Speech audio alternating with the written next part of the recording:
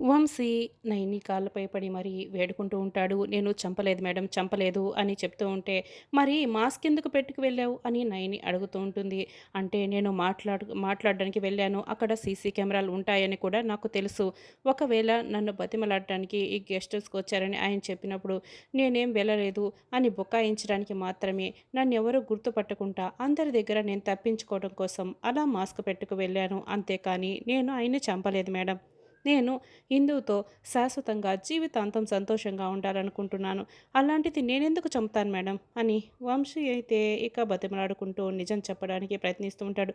ఇతని కళ్ళు నిజం చెప్తున్నాయి అని నయని అనుకొని ఇక తన గదిలోకి వచ్చేస్తుంది. మేడం, అతను కాదంటారా? అతను నిజమే చెప్తున్నాడా అని ఇన్స్పెక్టర్ రాజేందర్ అడుగుతూ ఉంటాడు. 90% అతను నిజమే చెప్తున్నాడు. అయినా కూడా అతను శరత్ చంద్రను చంపితే ఆస్తేమీ రాదు కదా!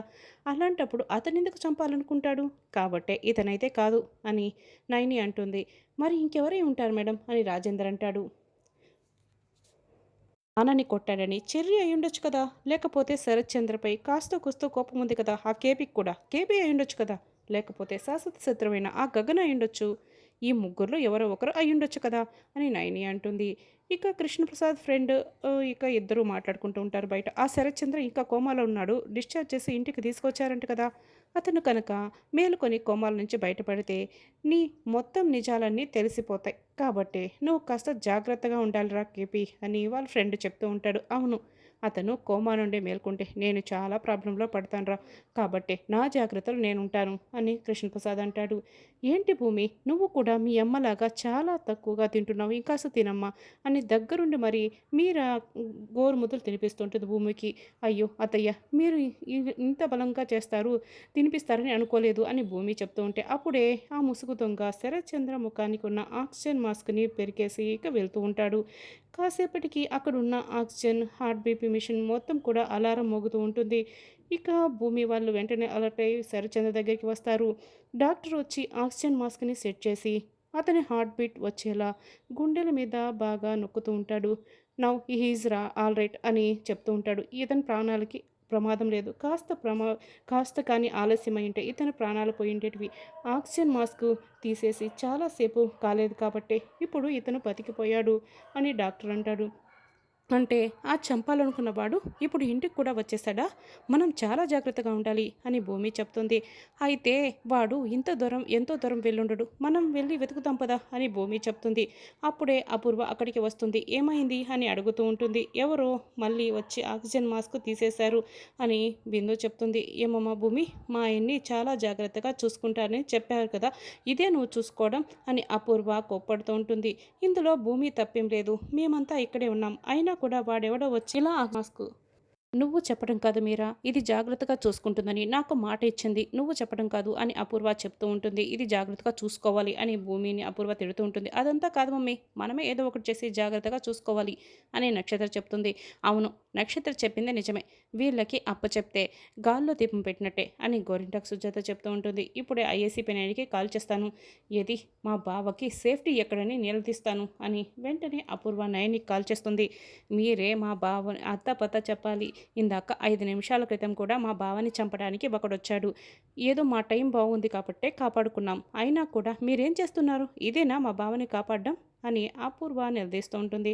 ఉండండి, ఇప్పుడు మేము బయలుదేరి వస్తున్నాం అని నయని ఫోన్ పెట్టేస్తుంది. రాజేందర్, ఎవరో మళ్ళీ శరత్చంద్రపై అటాక్ చేశారంట. మనం త్వరగా వెళ్ళాలి. ఇప్పుడు వంశీ మన కస్టడీలో ఉండగానే అక్కడ అలా జరిగింది అంటే ఖచ్చితంగా ఇది వంశీ పని అయితే అయ్యుండదు అనిపిస్తుంది అని నయని అనుకుంటుంది. ఏమో మేడం, వంశీ స్ట్రాటజీ అయి ఉండొచ్చు కదా! ఎందుకంటే ఇక్కడ ఉండగా అక్కడ అటాక్ జరిగితే తనపై డౌట్ రాదు కదా అని రాజేందర్ చెప్తాడు. పర్వాలేదే, నువ్వు కూడా నీ బుర్రకి బాగానే పదును పెడుతున్నావే. అయినా కూడా వంశీపై ఒక కన్ను వేసి ఇప్పుడు వాడిని ప్రస్తుతానికి వదిలేయండి అని నయని చెప్పి వెంటనే అపూర్వ వాళ్ళ ఇంటికి వస్తుంది. ఏంటి భూమి, నువ్వు న్యూస్ పేపర్లలో, టీవీ ఛానల్స్లో బాగానే వస్తున్నావే అని నయని చెప్తూ ఉండడంతో వస్తుంది, కానీ మా బావని మాత్రం ఇదిగో ఇలా హింస పెడుతోంది. డిశ్చార్జ్ చేసి ఇంటికి తీసుకొచ్చేసింది అని అపూర్వ చెప్తుంది. చూడు అపూర్వ, నేను ఎవరితో మాట్లాడితే వాళ్ళ నుండే సమాధానం రావాలి. మధ్యలో నువ్వు మాట్లాడకూడదు అని నయని చెప్తుంది. ఇంత ఉన్నపలంగా నువ్వెందుకు మీ నాన్నని డిశ్చార్జ్ చేసి తీసుకొచ్చావు అని నయని అడుగుతూ ఉంటుంది. అక్కడ కూడా మా నాన్నపై అటాక్ జరిగింది, అందుకే తీసుకొచ్చేసాను అని భూమి అంటుంది. తీసుకొచ్చింది, కానీ ఇప్పుడేం జరిగిందో చూశారు కదా అని అపూర్వ చెప్తుంది. చూడపూర్వ, నేను నిన్ను మాట్లాడొద్దని చెప్పాను కదా అని నయని మళ్ళీ వార్నింగ్ ఇస్తుంది అపూర్వకి. చూడండి అపూర్వ గారు, ఒకే విషయాన్ని రెండుసార్లు చెప్పడం నాకు అస్సలు ఇష్టం ఉండదు అని నయని చెప్తూ ఉంటుంది. సారీ సారీ ఏసీపీ గారు అని అపూర్వ చెప్తుంది. సారీ కూడా కాస్ట్లీ సారీ లాగా కొంచెం తక్కువగా వాడాలి, టేబుల్ క్లాత్ లాగా మాటి మాటికి వాడకూడదు అని నయని ఇక అపూర్వకి వార్నింగ్ ఇస్తుంది. అయితే హాస్పిటల్లో కూడా థ్రెట్ ఉందని చెప్పి నువ్వు డిశ్చార్జ్ చేసి తీసుకొచ్చావు అంతేనా? మరి ఎందుకు మాకు కంప్లైంట్ ఇవ్వలేదు అని నయని అడుగుతుంది. ఇప్పుడు మా నాన్నపై అటాక్ జరిగి ఇన్ని రోజులైంది, మీరేమైనా కనుక్కున్నారా? లేదు కదా, ఇప్పుడు చెప్పేం లాభం అని చెప్పలేదు అని భూమి చెప్తుంది. అవును, నువ్వు చెప్పింది కూడా నిజమే. సరే, సేఫ్టీ కోసం మీ నాన్నని డిశ్చార్జ్ చేసి ఇంటికి తీసుకొచ్చావు. మరి నువ్వు ఇంకేం సేఫ్టీ తీసుకోలేదా? ఇంకేం అరేంజ్మెంట్స్ చేయలేదా మీ నాన్నని కాపాడుకోవడం కోసం అని నైని అడుగుతూ ఉంటుంది. చేశాను మేడం, ఇంట్లో వాళ్ళకు కూడా ఎవరికి తెలియకుండా నేను ఒక సీసీ కెమెరాని పెట్టాను అని భూమి చెప్తుంది. గుడ్ జాబ్, ఎక్కడ పెట్టావు అని నైని అడుగుతుంది. రండి మేడం చూపిస్తాను అని భూమి చెప్తుంది. అపూర్వ అయితే ఇక కంగారు పడుతూ ఉంటుంది. గదిలోకి వచ్చిన తర్వాత అదిగోండి మేడం అక్కడే అని భూమి చూపిస్తుంది. రాజేందర్ అయితే దాన్ని ప్లే చేయి అని చెప్తూ ఉంటుంది నయని. ఆ సీసీటీవీ ఫుటేజ్ని ఎక్కడ కూడా మనిషి రికార్డ్ అయి ఉండడు.